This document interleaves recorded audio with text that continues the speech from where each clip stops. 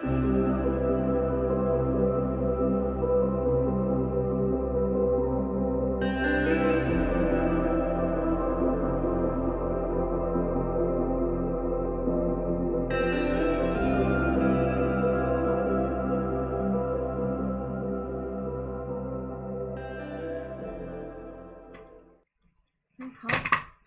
welcome to HeKate's Crossing.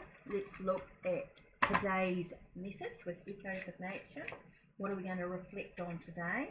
We're going to reflect on our happiness. What makes us happy at this time?